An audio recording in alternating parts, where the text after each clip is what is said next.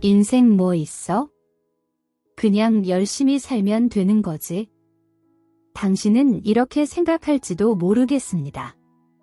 저 역시 젊은 시절엔 가족을 위해 밤낮 없이 일하며 돈 버는 데만 몰두했죠.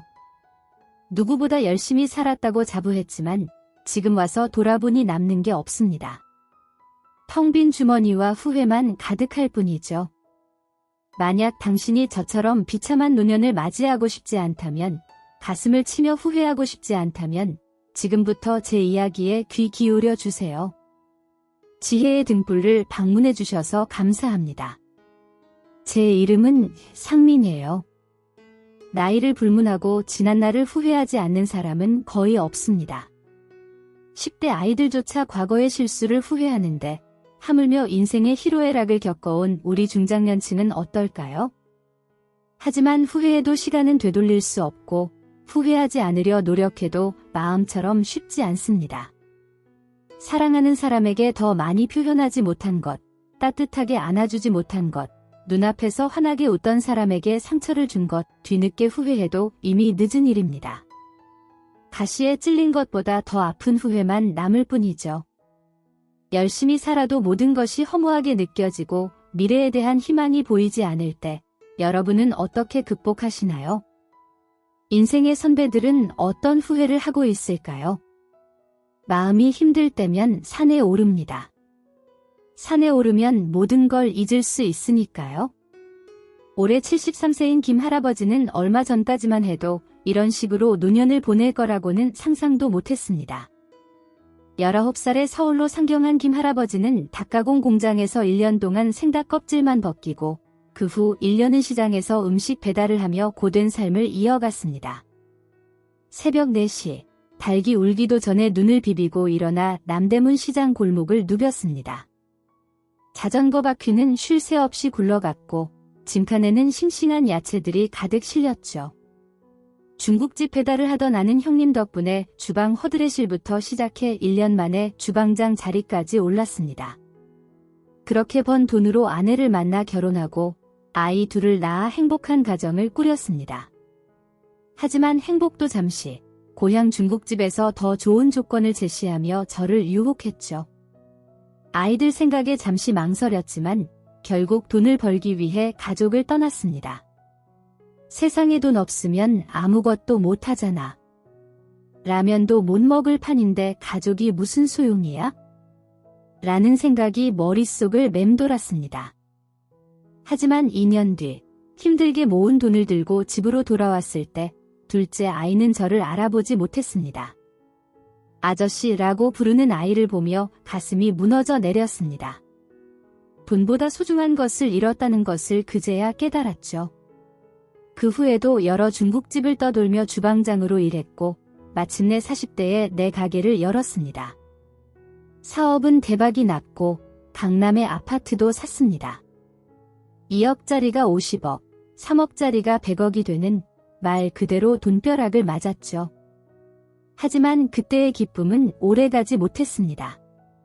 돈은 많았지만 가족과의 소중한 시간을 잃어버린 공허함은 채울 수 없었습니다. 돈으로 살 수 없는 행복이 있다는 것을 뒤늦게 깨달았지만 이미 너무 늦어버렸습니다. 지금 와서 후회해도 시간은 되돌릴 수 없습니다.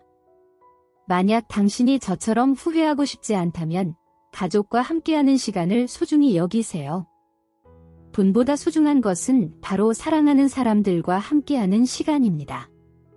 할아버지는 당시 세상이 전부 나를 중심으로 돌아가는 것 같았다고 합니다. 젊음을 무기 삼아 밤낮 없이 일하며 돈을 쓸어 담았죠. 강남에서 가장 잘 나가는 중국집 사장이 되어 60평 아파트에 살며 남부러울 것 없는 사업가가 되었습니다. 하지만 성공의 달콤함은 잠시였습니다. 밤 12시 전에 집에 들어가는 날은 손에 꼽을 정도였습니다. 잠깐 집에 들렀다가도 금세 식당으로 달려가기 바빴죠. 본점 외에 지방에도 가게를 내면서 집에 가는 횟수는 점점 줄어들었습니다. 3일에 한 번, 일주일에 한 번, 결국 한 달에 한 번 꼴로 집에 가는 게 전부였습니다. 마치 철새처럼 떠돌아다니는 생활이었죠. 돈만 많이 벌어다 주면 가족들이 행복할 거야. 부부싸움도 돈 때문에 하는 거잖아. 라고 생각했습니다. 하지만 돈만으로는 채울 수 없는 공허함이 있었습니다. 하루 종일 일에 시달리다 보니 집에서는 말수가 줄고 무뚝뚝해졌습니다. 직원들에게는 웃는 얼굴로 친절하게 대했지만 집에서는 녹초가 되어 씻고 잠들기 바빴습니다. 마치 가면을 쓴 사람처럼 이중적인 삶을 살았던 거죠. 오랜만에 집에 가도 가족들은 냉담했습니다. 아이들은 제가 들어가면 웃음을 멈추고 방으로 들어가 버렸습니다. 옛날에는 돈 벌어다 주는 아버지한테 어떻게 그럴 수 있지? 라는 생각이 들었지만 그런 일이 반복되면서 내가 여기서 뭐 하는 거지? 라는 회의감이 밀려왔습니다. 돈에 눈이 멀어 가족과의 소중한 시간을 놓치고 말았습니다. 돈으로는 살 수 없는 행복이 있다는 것을 너무 늦게 깨달았습니다. 지금 와서 후회해도 시간은 되돌릴 수 없습니다. 옛날엔 돈 벌어다 주는 아버지한테 어떻게 그렇게 해. 그런데 그런 일이 자꾸 반복되니까 내가 여기서 뭐 하는 건가 하는 생각이 들었어. 만약 당신이 저처럼 후회하고 싶지 않다면 가족과 함께하는 시간을 소중히 여기세요. 돈보다 소중한 것은 바로 사랑하는 사람들과 함께하는 시간입니다. 그날 할아버지는 무척 속이 상한 나머지 아내에게 소리쳤습니다. 애들을 어떻게 가르쳤길래 내가 이렇게 힘들게 일해서 돌아왔는데 인사도 안 하고 방에 들어가? 그러자 아내는 차가운 목소리로 대답했습니다. 내가 뭘 어쨌다고 소리부터 지르고 그래? 오늘은 또 왜 온 거야? 아니, 왜 오다니? 내가 내 집에 오는 게 이상해? 지방 내려가 산다고 하더니 왜 왔냐고? 집엔 관심도 없으면서. 아내는 할아버지의 바쁜 생활을 이해하지 못했습니다.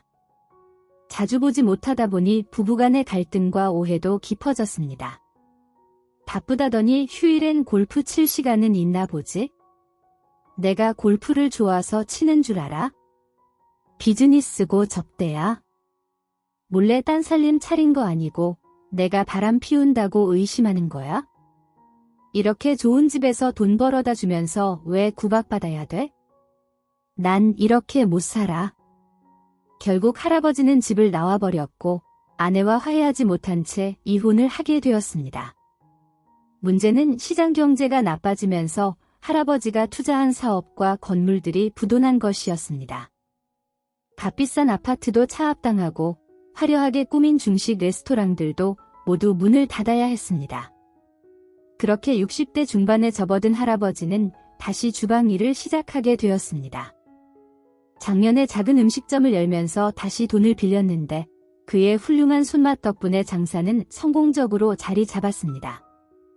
그렇게 급한 불을 끄고 잠시 생각해보니 왜 가족과 헤어지고 이런 상황에 처하게 됐는지 이해가 되지 않았습니다.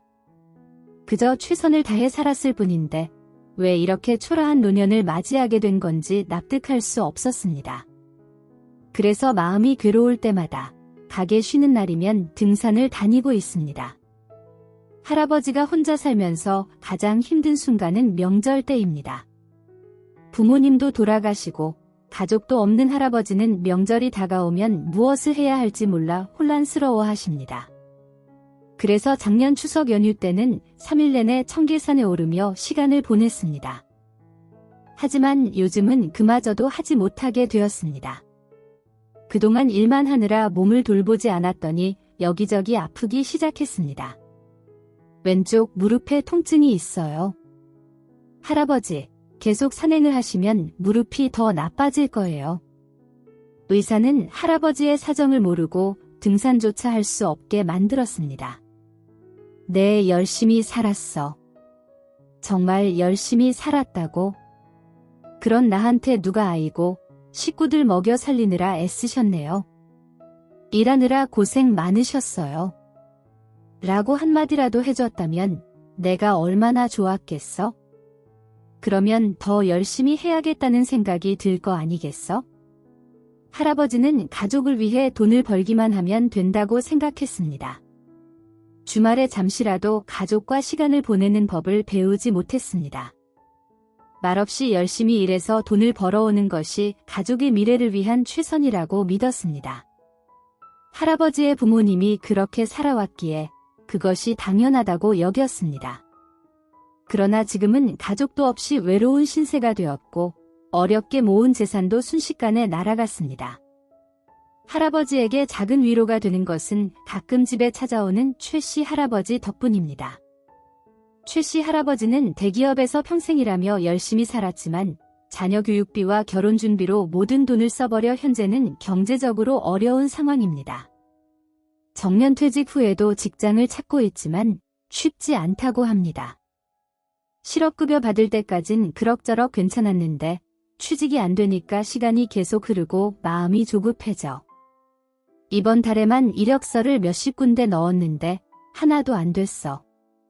김 씨 할아버지는 그런 최 씨 할아버지를 보며 자신이 나이가 들어도 할 수 있는 일이 있음에 그나마 감사하고 있습니다. 두 할아버지는 서로의 처지를 보면서 깊은 한숨을 쉬며 이야기를 나눕니다. 두 분 다 시대의 변화를 충분히 인식하지 못했고 노후를 위해 목돈을 쓰지 않고 꼭 쥐고 있어야 한다는 사실을 알지 못했으며 돈을 버는 것만큼이나 가족들과 소중한 시간을 보내는 것이 중요하다는 것을 깨닫지 못했습니다.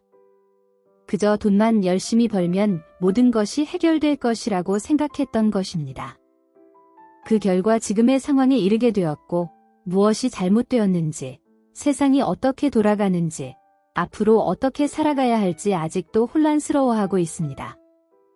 두 분은 지금 이 모든 것을 예전에 알았더라면 이런 노후를 맞이하지 않았을 텐데 그저 후회만 남는다고 말합니다. 인생에서 후회를 한 번도 해보지 않은 사람은 없겠죠. 후회는 우리의 일상에서 크고 작게 다가오는 감정이며 때로는 그 크기가 커서 깊은 상처를 남기기도 합니다. 인생을 살아가면서 우리는 매 순간 선택의 기로에 서게 됩니다. 작게는 오늘 먹을 메뉴 선택부터 크게는 중요한 계약이나 주택 매매 등 인생은 늘 선택의 연속입니다. 젊을 때는 선택에 대한 후회를 잘 느끼지 못할 수도 있습니다. 하지만 나이가 들고 연륜이 쌓이면 인생의 많은 순간들을 돌아보며 자신의 선택을 되돌아보게 됩니다. 어쩌면 지금 와서 후회해봐야 소용없다는 걸 알면서도 그동안 후회하지 않은 척 해온 건 아닐까? 차라리 솔직하게 인정하고 마음의 짐을 덜어내는 것이 더 낫지 않을까 하는 생각이 들기도 합니다. 후회란 무엇일까요? 후회는 보통 과거의 잘못된 선택이나 행동에 대해 끊임없이 생각하며 한탄하는 감정입니다. 이는 인간이 느끼는 여러 감정 중에서도 스스로를 깊이 괴롭힐 수 있는 부정적인 감정 중 하나로 정신과 상담에서도 중요하게 다루는 주제입니다. 미래학자 다니엘 핑크는 후회를 4가지 주요 단계로 분류했습니다. 첫째, 그 일을 했더라면 하는 기반성 후회. 둘째, 그 위험을 감수했더라면 하는 대담성 후회. 셋째, 옳은 일을 했더라면 하는 도덕성 후회. 넷째, 그때 손을 내밀었더라면 하는 관계성 후회. 이 4가지가 사람들이 자주 느끼는 후회의 유형이라고 합니다. 저 또한 과거를 돌아보며 이러한 후회들을 많이 하곤 합니다. 특히 어린 시절 친구들에게 경솔하게 말했던 것에 대한 후회가 크습니다. 저는 어머니가 일찍 돌아가시다 보니 아무래도 어려서부터 험한 세상을 헤쳐나가는 일에 몰두할 수밖에 없었습니다. 그래서 갑자기 미술 공부를 그만두고 생활의 전선에 뛰어들었습니다. 그런 친구들은 제 사정을 모르고서 저를 보고 예술가의 길을 포기한 변절자처럼 이야기를 했습니다. 하지만 저는 알았죠. 저에게 손가락질하는 친구들의 대다수는 예술가의 길을 걷지 못할 것을 말입니다. 그만큼 예술가가 직업이 되는 것은 순수 미술로 큰 돈을 버는 일은 바늘구멍을 통과하는 것과도 같았습니다. 그래서 저는 공장이며 가게일이며 뭐든 가리지 않고 일을 하며 생활비를 벌었고 그 돈으로 공부를 하며 취업 준비를 했습니다. 하루하루가 너무 힘이 들었고 두려웠습니다. 아무리 앞으로 나아가도 항상 제 뒤에는 낭떠러지가 따라오는 것만 같았습니다. 그렇게 저는 당장 생업 전선에서 살아남기 위해 발버둥치고 있는데 친구들은 한가롭게 예술 촬영을 하고 있으니 당시에는 그것이 얼마나 한심하게 느껴졌는지 몰랐습니다. 그리고 제게 곱지 않은 시선들까지 보내오니 저 역시 감정이 좋지 않았죠. 그러다 보니 어느 날엔 친구들 앞에서 그만해야 하지 말아야 할 말들을 하고 말았습니다. 당장 현실에서는 아무짝에도 쓸모없는 손재주가 뭐가 그리 대수야. 그림이 밥을 먹여주는 것도 아닌데 그거 하나쯤 버린다고 세상에 큰일이라도 나. 그리고 우리가 고작 애들 푼돈이나 받는 동네 화실이나 하려고 여기까지 온 거야? 그날은 수당도 제대로 못 받는 야간 전업으로 온몸이 녹초가 되었던 이튿날이었습니다. 그래서 세상이 온통 흑빛 절망으로 뒤덮여 아무 말이라도 해야 제가 어둠의 늪으로 빠지지 않고 살 것 같았습니다. 그래서 홧김에 친구들에게 저렇게 가시를 쏘아댄 것이었습니다. 그 말에 제 사정을 알고 있었던 소수의 친구 외에는 모두 상처를 크게 받았습니다. 그리고 저는 그 찰나에 일어난 일로 많은 친구를 잃게 되었습니다. 평생에 걸쳐 실로 막심한 후회를 하게 되었습니다.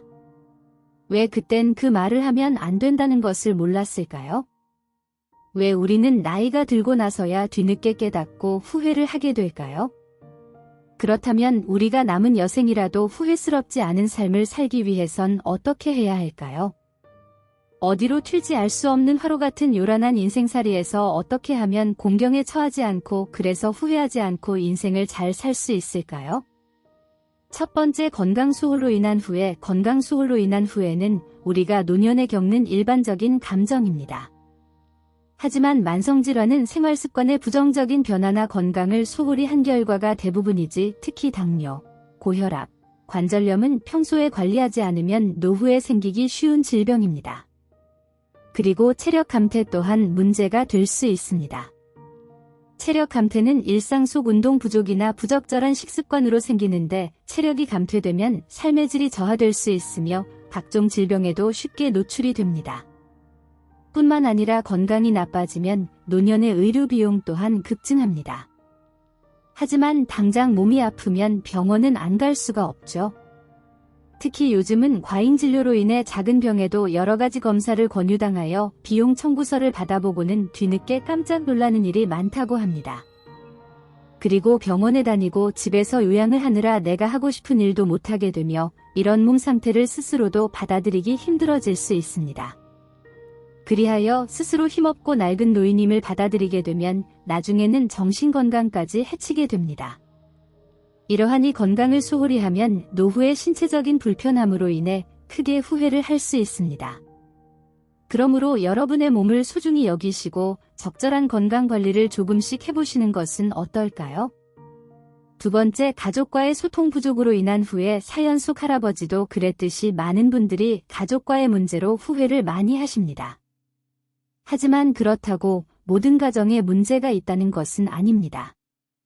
우리 사회는 너무나 빠른 성장을 해왔고 전쟁의 잿더미에서 지금의 눈부신 발전을 일궈내느라 그 과정에서 우리는 단지 가족 구성원이 서로 어떻게 소통하는지를 배울 틈이 없었을 뿐입니다. 제가 어릴 때는 마을에 꼭 한 명쯤은 전쟁으로 인한 트라우마로 정신장애를 앓고 있었으며 거리를 나가면 차마 못 봐줄 비참한 행색으로 돈을 구걸하는 사람들이 많았습니다.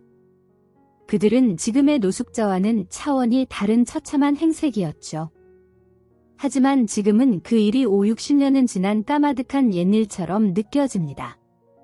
심지어 90년대 초까지만 해도 그런 일이 비일비재했습니다. 그만큼 우리나라의 시대 흐름은 너무 빨리 바뀌어 왔습니다.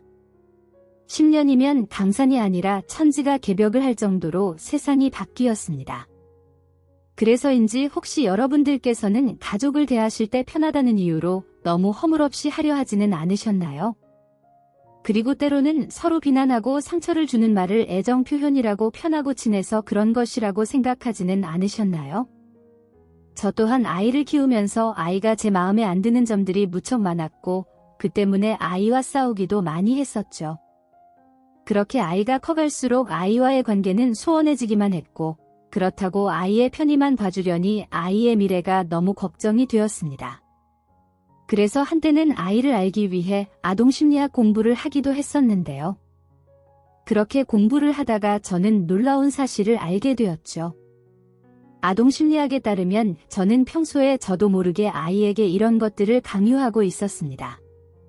너는 내 자식이니까 이렇게 해야 해. 저런 행동은 해선 안 돼. 저는 아이를 내 인생처럼 힘들게 살게 하지 않으려는 간절한 욕심에 있는 그대로의 아이의 모습을 부정하고 있었죠.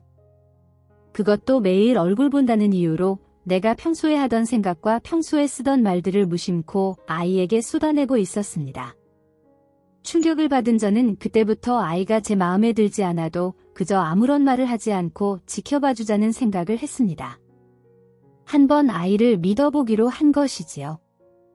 정말로 아이의 인생을 걸고 도박을 하는 것처럼 무섭고 초조했습니다. 하지만 그래도 엄마인 저는 아이를 위해서는 못할 것이 없었기에 진학 같은 중요한 문제와 아이가 스스로 도움을 요청하는 경우를 제외하고는 제 생각을 표현하지 않았죠. 그러자 아이의 표정과 행동이 자유분방해지고 집안에는 즐거운 웃음소리가 들리기 시작했습니다. 다 큰 아이가 학교 가방도 안 벗고 그날 있었던 일을 전부 다 떠드는 수다쟁이가 되었습니다. 물론 아이마다 성향이 다 달라서 당장은 이 방법이 통하지 않았던 첫째 같은 녀석도 있어서 속이 상했지만 그래도 나중에 나이가 들어서는 결국 첫째도 제 마음을 알아주어서 매우 기뻤습니다. 오히려 그때 알아주지 못해 미안하다며 더 성실하고 열심히 살아주어서 참 고마웠습니다. 그리고 물론 지금도 딸아이의 눈매 화장법은 제 마음에 안 들지만 뭔가 이유가 있겠거니 하고 내버려두니 감정이 상할 일이 없지요. 그러니 여러분들께서 만약 가족 간의 사이가 소원하다면 서로의 가치관과 사생활을 존중하는 자세를 가져보시는 것은 어떠실런지요. 마음에 안 들고 왜 저러나 싶은 마음이 들면 그 마음까지는 나의 마음이니 부정하지 마시고 아예 침묵을 지키며 그 상황을 흘려보내보는 것입니다. 가족 간의 소통 부족의 원인은 의사소통 부족, 감정적 거리, 바쁜 일정으로 인한 소홀 같은 많은 것들이 있지만 사실 이것들을 다 제쳐두고서라도 서로 비난만 하지 않아도 가족 관계는 상당한 진척이 있을 것입니다. 세 번째, 자기계발 부족으로 인한 후에 빠르게 진화하는 현대 사회에서는 계속해서 새로운 기술과 지식이 등장합니다. 그리하여 자기계발 부족으로 이러한 변화에 대응하지 못하면 기술적 뒤처짐과 지식 부재로 인한 후회가 생길 수 있습니다. 제가 회사를 다니던 시절 제 위에는 제 직속 선배가 있었습니다.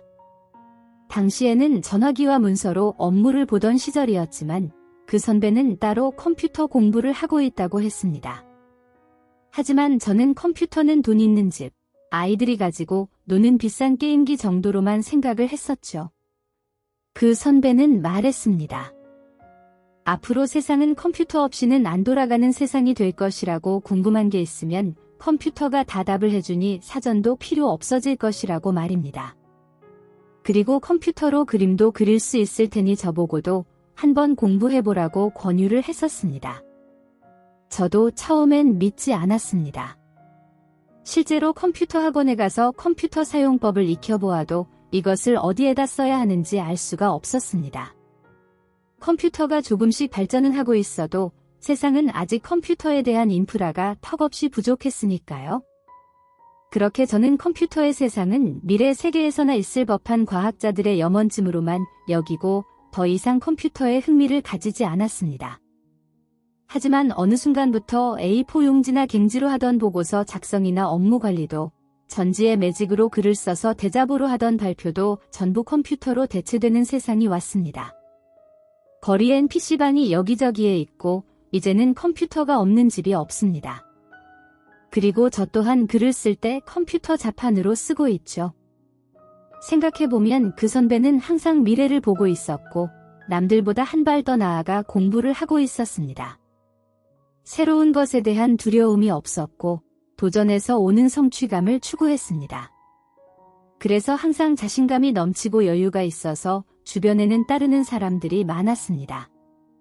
그래서 적어도 일을 너무 많이 해서 다른 걸 못 즐기느라 느끼는 작은 후회는 했어도 능력이 부족하여 느끼는 큰 후회는 하지 않는다고 말했습니다. 그래서 지금은 항상 망설이느라 제자리 걸음만 하던 제 등을 힘껏 떠밀어준 그 선배가 얼마나 고마운지 모릅니다. 도전하는 즐거움과 성취하는 희열감을 알게 해주어서 얼마나 감사한지 모릅니다. 네 번째, 돈 관리의 부족으로 인한 후회. 우리는 주변의 금전 문제에 있어서 현실적인 감각이 부족한 사람들을 덜어볼 수 있습니다. 그도 그럴 것이 세상에는 수많은 광고가 우리를 현혹합니다. TV를 틀어도 핸드폰을 켜도 수많은 광고가 알게 모르게 온갖 방법으로 우리의 소비 심리를 자극하지. 특히 광고 마케팅은 우리의 표면 이식 너머에 있는 무의식조차 자극하는 방식으로 행해집니다. 실제로 어떤 실험에서 사람들에게 콜라 광고가 30초에 0.1초씩 삽입된 30분짜리 영상을 보여주었더니 그 영상을 본 사람들이 콜라를 사 먹었다고 합니다. 1초는 사람의 눈으로는 거의 인지 못하는 찰나의 순간이지만 우리의 두뇌는 이것을 인지한다는 것이지. 광고를 하는 사람들은 사람의 이러한 특성조차 이용하여 마케팅이라는 걸 한다고 합니다. 그러니 우리가 광고에 이끌려 물건을 산다 해도 그것은 이상할 게 없을 지경입니다. 하지만 이 광고에 너무 중심을 잡지 못하고 휩쓸리게 되면 과도한 소비로 인해 금전적인 어려움을 겪을 수 있습니다. 그러고 보면 급하게 돈 들어갈 일은 항상 우리가 예상치 못한 시점에 생기지 않던가요? 그러니 비상금은 꼭 마련해두는 알뜰한 경제생활을 해야 할 것입니다. 또한 어느 시점에서부터 은행 이자율이 낮아지면서 적금 대신 주식 투자를 하는 추세가 되었습니다만 주식으로 돈을 잃은 사람들은 부지기수이고 돈을 번 사람은 극소수이지 주식 투자는 투자에 대한 충분한 지식이 없다면 손실이 발생할 수밖에 없는 구조입니다. 그러니 여러분들께서도 합리적인 소비와 투자, 그리고 적절한 보험을 통하여 금전적으로 후회 없는 삶을 보내보시는 건 어떠실런지요? 다섯 번째, 관계 소홀로 인한 후회. 관계 소홀로 인해 느끼는 후회는 주로 가족과 친구, 연인과의 관계에서 소통과 소중한 순간을 놓쳐서 느끼는 감정입니다. 관계는 보통 표현을 함으로 유지가 되지만 우리와 우리 사회는 개인의 솔직함이 미덕이 아니었던 사회였습니다. 또한 직설적인 표현보다 간접적인 표현이 권장되었죠. 그리고 감사함에 대한 표현을 할 여유조차 없었습니다. 하지만 안타깝게도 솔직함과 감사함 이 두 가지는 대인관계에 있어서 필수적인 요소라고 합니다. 그래서 우리는 마음을 솔직하게 표현하는 것에 서투를 수 있습니다. 하지만 간혹 나는 내 마음을 거침없이 잘 얘기한다고 생각하시는 분들이 계실 수도 있습니다. 하지만 거침없이 말을 하는 것과 내 마음을 솔직하게 표현하는 것은 다른 문제일 수 있습니다. 물론 저희 할머니처럼 좋아도 괜히 퉁명스럽게 말한다거나 손자가 이뻐도 짓궂게 놀리는 것 또한 정감 가는 모습이지만 모두 잠든 한밤중에 배탈로 잠 못 드는 저의 배를 어루만지며 사랑이 가득한 눈으로 내려다보시던 그 눈빛을 떠올려 보면 그래도 솔직하게 표현하는 할머니의 모습이 훨씬 아름답고 고우셨으니까요. 그리고 또한 가족과 친구와의 소소한 즐거움을 무시하거나 놓치면 나중에는 그 소중한 순간을 회상할 때 크게 후회할 수도 있습니다. 저는 제 아이가 어렸을 적 아이가 TV를 보며 집이 떠나가라 웃는 소리에 기겁을 했던 적이 있었습니다. 딸아이가 어찌나 호탕하게 웃는지 만화가 시작하는 매일 저녁 5시가 되면 지붕이 내려앉는 줄 알았죠. 그래서 한 번은 가족들에게 피해가 되니 조용히 하라고 혼을 내었더니 아이는 다음 날부터 웃음을 참느라 자기 팔을 물고 엉엉 울면서 소리 죽여 웃고 있었습니다. 그리고 요즘은 그 아이가 다 크고 떠나서 텅 빈 거실을 보고 있노라면 그 즐거운 웃음소리가 무엇이라고 그리 혼을 내었나 후회가 될 때가 간혹 있습니다. 그래서 이제는 아이가 친정집에 놀러오면 최대한 이 순간을 놓치지 않으려 노력하게 되었습니다. 훗날 아이와 함께 있는 오늘을 후회하지 않기 위해서 말입니다. 그리고 또한 가족이나 친구와의 물리적인 거리가 멀어지면 소중한 순간들을 놓치게 될 수 있습니다. 특히 노년에 접어들고 보니 타지에 있는 자식들과의 관계가 멀어지는 것을 느끼게 되는데요. 요즘은 다행히 자식들이 단체 톡방을 만들어 주어서 그곳에서 수다를 떨게 되었습니다. 물론 각자 삶이 있어서 대화를 하지 않을 때가 더 많지만 그래도 하루에 한 번은 가벼운 인사라도 남기거나 집이 그리울 아이들에게 일상사진을 찍어서 이유 없이 보내고는 한답니다. 그러다 공통 관심사가 생기면 한동안 이야기 꽃을 피우기도 하죠. 그래서 오랜만에 얼굴을 봐도 어색함이 덜하니 이 단체 톡방이 얼마나 고마운지 모릅니다. 6번째 모험과 경험이 부족으로 인한 후에 제 지인 중에서는 인자하시고 기품 있는 언니 한 분이 계십니다. 젊었을 적 남편의 사업 실패로 고생을 안 한 것은 아니지만 그래도 끝내 이겨내셨고 지금은 경제적으로도 남부러울 것 없이 살고 계시지. 그런데 이분은 항상 세상에 대한 갈증이 있다고 하십니다. 그리고 세상의 흐름 속에서 살아온 제가 부럽다고 하십니다. 이 언니는 일생을 현모양처로 집에서 살림만 하신 분이십니다. 물론 해도 끝이 없는 살림일이 결코 만만한 일은 아닐 것입니다. 저 역시 한 사람의 아내와 엄마로서 그것을 모를 수는 없지 하지만 평생을 일상적이고 예측 가능한 범주 안에서만 살아왔다면 정상적인 사람이라면 저 언니의 갈등은 이상한 것은 아닐 것입니다. 그리고 그 언니는 딱히 취미도 없고 특기도 없었습니다. 하지 않으니 하고 싶은 것 또한 없었으며 그게 무엇인지도 모르는 듯 하였습니다. 언니는 평생을 자식과 남편만 보고 사느라 자기 자신을 잃어버렸노라고 이따금 한숨을 내쉬었습니다. 그리고 나중에 언니가 고백하길 다들 자기는 안 그럴 거라고 생각하지만 실은 자기도 집안일 하는 게 너무 재미가 없다고, 요리도 재미없고 설거지는 더하고 빨래는 말할 것도 없다고 했습니다. 삶이 너무 허무하고 재미가 없어서 죽겠다고 했습니다. 그렇지만 저는 그 언니의 눈빛에서 분명히 보았죠. 저와 새로운 장소를 갈 때면 마치 소녀처럼 반짝이던 그 눈빛을 말입니다. 그때의 눈빛이 제게는 하고 싶은 게 너무 많아서 무엇부터 해야 할지 모르겠다는 것처럼 보였습니다. 그러니 어쩌면 모르지요. 여러분들도 내면에 그런 눈빛을 가지고 계신지도 말입니다.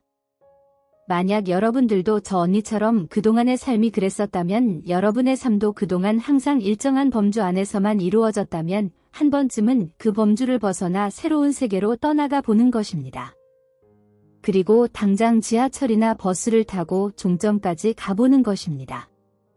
그래서 그 과정에서 여러분들은 혹시라도 새로운 인생을 발견하게 되지는 않으실까요?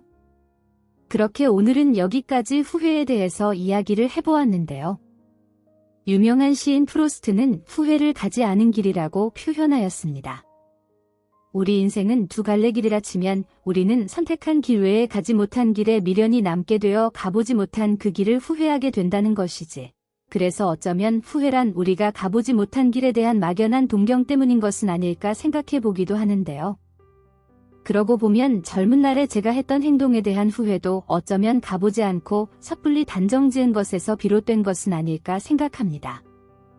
그렇게 젊은 날 몸과 마음의 피로를 이기지 못하여 친구들에게 독서를 퍼부은 그날로부터 몇 년 후 그 자리에서 제 독서를 들었던 한 친구에게서 전화가 왔습니다. 그날 이후 처음으로 연락해온 친구였기에 저는 긴장한 마음으로 전화를 받았죠. 당시 저는 중견기업에 다니고 있었고 그 친구는 몇 년을 허비하다가 20대 후반에 들어서야 어렵게 작은 회사에 취직을 했다고 합니다. 그 친구는 그제서야 너의 말이 맞았다며 그때 저를 비난한 걸 후회한다고 했습니다. 그리고 실은 그때 모두들 불투명한 미래에 절망하고 있었다고, 그런데 네가 용기를 내어 먼저 앞으로 나아가 버리니 다들 조바심도 나고 질투도 났었던 거라고 했습니다. 그 말을 듣고 저는 너무 부끄러웠습니다. 제 못된 말을 들은 친구들이 얼마나 크게 상처를 받았을까 생각하면 아직도 정신이 아득해지는 것만 같습니다. 그리고 그 친구의 말로는 다른 친구들 중 한 친구는 실제로 동네 학원을 열어서 번 돈으로 나중에는 미대 앞에서 큰 미술학원을 차려서 성공한 사업가가 된 친구도 있었고, 자기만의 그림 세계를 구축하여 예술가로 인정을 받고 잘 살고 있는 친구도 있었습니다. 그 이야기를 듣고 저는 머리를 한 대 얻어맞은 듯 했습니다. 제가 하찮게 여겼던 동네 장사로 큰 사업가가 된 친구, 그리고 불가능할 거라며 아예 올라갈 생각조차 하지 못했지만 당당히 예술가로 살아가고 있는 친구를 보면서 제가 얼마나 편협한 선택과 행동을 했는지 깨닫게 되었습니다. 어쩌면 나는 집안 사정이 어렵다는 핑계로 좀 더 쉬운 길을 선택한 것은 아닐까, 어쩌면 나는 현실이라는 그럴듯한 핑계 뒤에 숨어서 자기 합리화만 하고 있었던 건 아니었을까? 현실적으로 상식적으로 나의 선택이 틀림없다고, 너희들의 길은 틀렸다고 생각한 저의 어리석음에 실로 많은 후회를 하였습니다. 친구들과의 관계도 마찬가지였습니다. 내 형편이 이렇게 됐다. 너희도 이런저런 길이 있으니 잘 생각해봐. 라고 솔직하게 이야기했다면 지금처럼 멀어지지 않았을지도 모릅니다. 가끔은 허세를 부리거나 자랑하고 싶은 마음에 친구들에게 힘든 내색 한 번 하지 않았던 것이 후회로 남습니다. 이제 와서 후회해도 뿔뿔이 흩어진 친구들을 찾아가 사과할 수도 없는 노릇이지만 이제라도 깨달았으니 다행이라고 생각합니다.